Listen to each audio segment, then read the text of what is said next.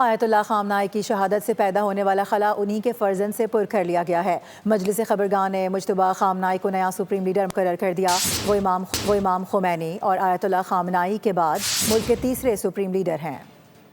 امریکہ اور اسرائیل سے جنگ کے دوران ایران میں اقتدار کی بڑی تبدیلی، آیت اللہ خامنائی کے جانشین کا انتخاب ہو گیا۔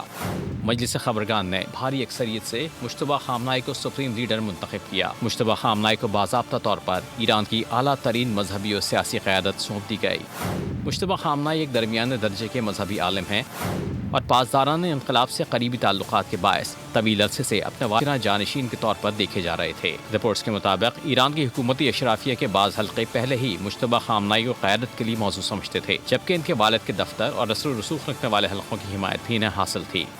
مجلس خبرگان نے قوم سے اتحاد برقرار رکھنے اور ایرانی عوام سے نئے سپریم لیڈر سے وفاداری کا عہد کرنے کی اپیل کی ہے۔ سیاسی مبصرین کا کہنا ہے ایران کا انقلابی نظریہ موروثی اقتدار کی حوصلہ افزائی نہیں کرتا، تاہم موجودہ حالات میں مجتبیٰ خامنائی کی تقرری ایران کی طاقت کے مراکز، خاص طور پر انقلابی گارڈز کی حمایت کے باعث ممکن۔ سبسکرائب کریں اور بیل دبائیں تاکہ کوئی خبر رہ نہ جائے۔